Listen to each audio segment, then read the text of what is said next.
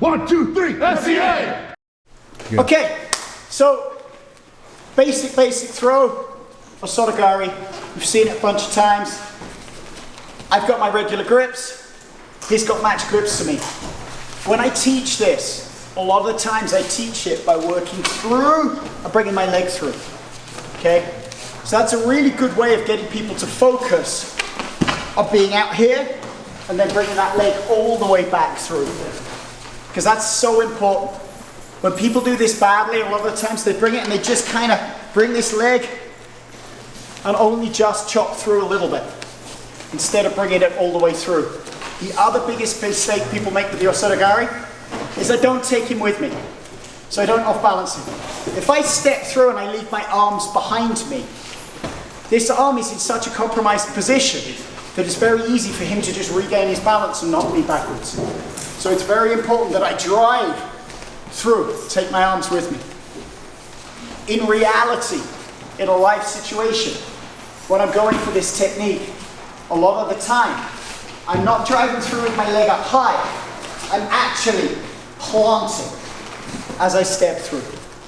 So that's what I want to look at for tonight's class, is I step out and this foot really just drives down here. When my toe hits the ground, I've got him bent backwards, I'm going to kick through, but drop my knee. The fact that I've practiced it 1,000 times for coming through there means that I kick through and make him fly. And that's the true measure of this throw, is do I get that arcing through? When I'm through here, I step down, does he arc through the air? So stay down, Nick. That was our throw.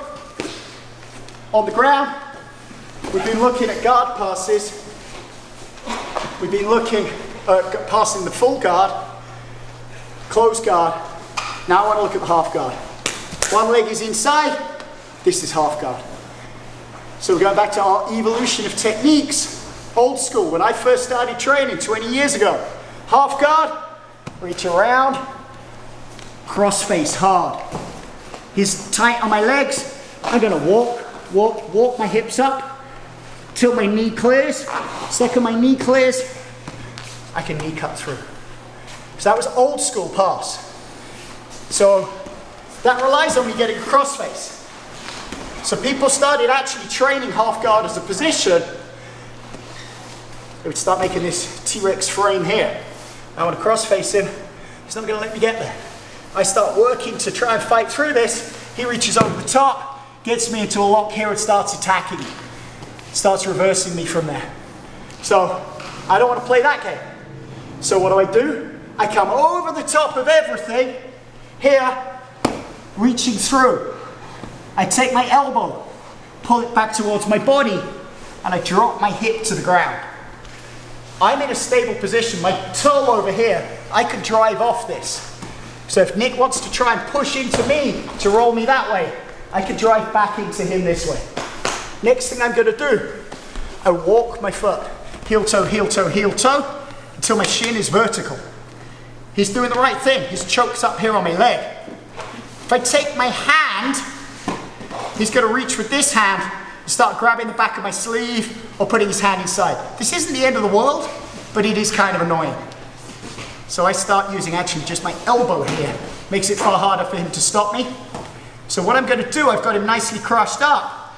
I am going to push with my elbow as I kick my leg straight. Allows my knee to clear. He's still locked up on my ankle.